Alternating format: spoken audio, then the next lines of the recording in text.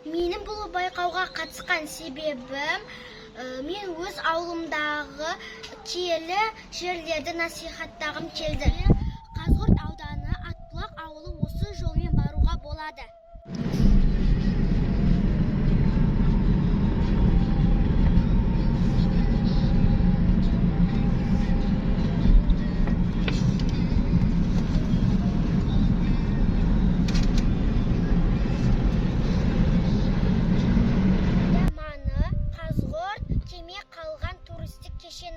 Өзеннің бұлағынан шыққан судыға адамдар шомылатын жері.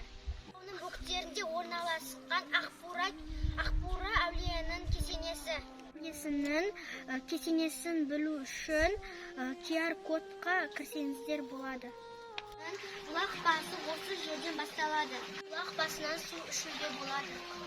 О ертеде жер астынан ақ көбіктеніп қайнап шыққан. Судың ағыны қатты болғаны соншалық 4 түрік малды ағызып кеткен. Бұл Ақбура әулиенің кесенесі. Бұл жерде Ақбура әулие жатыр. Қазығұрт тауының оңтүстік батыс бөктерінде өмір сүрген.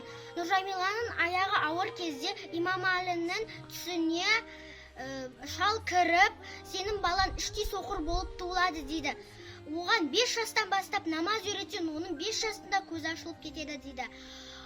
Нұржамила босанып болады. Нұржамила босанып болған соң Имамәлінің түсіне кірген шал сияқты оның көзі соқыр болып туылады.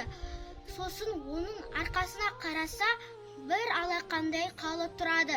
Сол кезде оның есі кіре бастағанда, оған намаз үйретіп бастаған. Сосын оның 5 жасында көзі ашылып кеткен. 12 жасында ол өз намаз оқи берген. Ал 4 жылдан кейін 16 жасында жолы ашылған Мұхаммед Әлі 3 мүшелге толғанда оның басына бақ қонады. Ал 40 жасында оның басына бақ қонып жолы ашылады. Отбасы 4 түлік малды көп асыраған, оның ішінде көбі түйе болған. Имамәлінің түсіне ақ шал кіріп, сенің түйенің Ақбура босанатынын айтады. Сол кезде оны Мұхаммед Әліге тапсырып кетеді. Мұхаммед Әлі оны өсіріп, бағып кетеді. Сол кезде оның аты Ақбура болып кеткен. Суынан Ақбураның сусындаған, тіршілік ерте бастан сан мыңдаған.